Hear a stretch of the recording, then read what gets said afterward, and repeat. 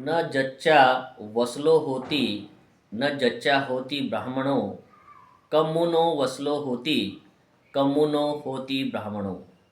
तथागत गौतम बुद्ध ने अपनी वाणी के द्वारा कहा है कि इस धरती पे कोई भी व्यक्ति जन्म से न नीचा होता है और न ही जन्म से कोई ब्राह्मण या श्रेष्ठ पैदा होता है।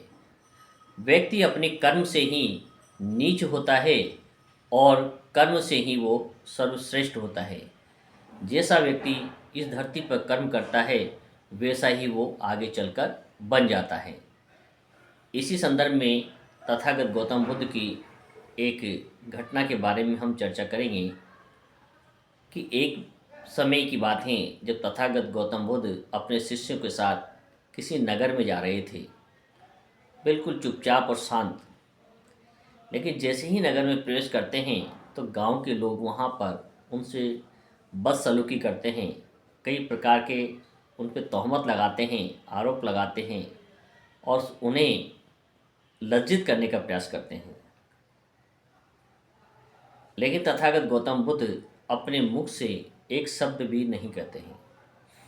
उनके जो प्रिय शिष्य होते हैं आकर तथागत गौतम बुद्ध से निवेदन करते हैं कि हे भगवान, हमें इस नगर को जल्द से जल्द छोड़ देना चाहिए कि यहाँ कोई भी आता है और हमारा अपमान करके चला जाता है। लेकिन तथागत गौतम बुद्ध उनके प्रश्न को सुनकर के मौन हो जाते हैं और मन ही मन मुस्कुराते हैं। उनकी हंसी से और ज़्यादा दुखी होकर उनका जो प्रिय शिष्य होता है आश्रम को छोड़कर जाने का निर्णय लेता है। और वो जैसे ही जाने लगता है उन्हें तथागत गौतम बुद्ध रोकते हैं और बुलाते हैं, कहते हैं तुम्हारा प्रश्न क्या है। वो कहते हैं भगवान, हम यहाँ जन कल्याण के लिए आए हैं, लोगों को उपदेश देते हैं, लेकिन जो भी आता है वो हमारा उपहास करके, हमें लज्जित करके, हमें बदनाम करने का प्रयास करता है और आप उनको किसी प्रकार का सबक सिखाने के बजाय मुस्कुरा रहे हैं। ये आपकी ये लीला मुझे समझ नहीं आई। तो तथागत गौतम बुद्ध उन्हें समझाते हैं, कहते हैं कि यदि कोई तुम्हारे पास कोई उपहार लेकर आता है, कोई अच्छे भोजन का थाल लेकर आता है और तुम उसे स्वीकार नहीं करते हो, तो बताओ उस अच्छे भोजन, उस अच्छे थाल का क्या होगा।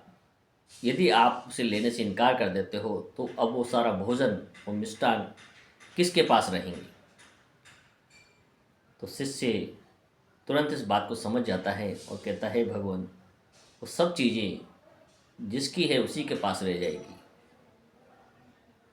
तो तथागत गौतम बुद्ध कहते हैं कि कोई हमें क्या देता है उससे हमें कोई मतलब नहीं है, हमें क्या लेना है और क्या चीज़ स्वीकार करनी है इस चीज़ की जानकारी हमें होनी चाहिए। जिस व्यक्ति के पास जैसे विचार होते हैं, जैसे भाव होते हैं, वैसे ही भाव दूसरों को दे सकता है। जो चीज़ उस व्यक्ति के पास है ही नहीं, इंसानियत, मानवता, करुणा, दया, शीलता जैसी चीज़ उसके मन मस्तिष्क में है ही नहीं, तो उसकी हम उससे अपेक्षा कैसे कर सकते हैं। इसलिए मुझे तुम्हारे प्रश्न पर हंसी आ रही थी। माना कि उसने मुझे लाखों गालियां दी, आकर मुझे अपमानित किया, लेकिन मैं उनकी गालियों को स्वीकार ही नहीं किया, तो वो निश्चित रूप से गालियां उसी व्यक्ति के पास रह गई और अब वो उसकी इच्छा हो वो गालियों को, उस प्रताड़नाओं को वो अपने परिवारजनों को बांटे, अपने भाई बंधुओं को बांटे या स्वयं रख ले, ये उस पर निर्भर करता है। इसलिए हे वत्स, हमें ये ध्यान रखना है कि हमारा क्या कर्तव्य है और हमें अपने कर्तव्य पे ध्यान देना है, न कि दूसरों की प्रतिक्रियाओं पर ध्यान देना है। यदि हम दूसरों की इच्छाओं के अनुरूप काम करने लगेंगे तो हम कभी भी अपने लक्ष्य की ओर आगे नहीं बढ़ पाएंगे।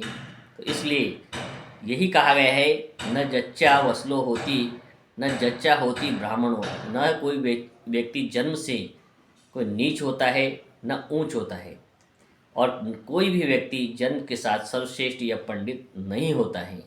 कमुनो वसलो होती, व्यक्ति अपने कर्म के द्वारा ही अपने गुणों का निर्धारण करता है कि समाज में उसकी प्रतिष्ठा किस प्रकार की बनने वाली है, कमनो होती ब्राह्मणों। व्यक्ति अपने कर्म के द्वारा ही ऊंचा और नीचा या श्रेष्ठ बन सकता है। इसलिए कदापि इस बात की चिंता न करें कि आप किस कम्युनिटी से आते हैं, किस समाज से आते हैं, या लोग आप पर किस प्रकार की प्रतिक्रिया देते हैं। इसकी चिंता छोड़ दें और अपने कर्म को निरंतर रूप से नियमितता के साथ करते रहें, तभी सबका कल्याण होगा, सभी का मंगल होगा।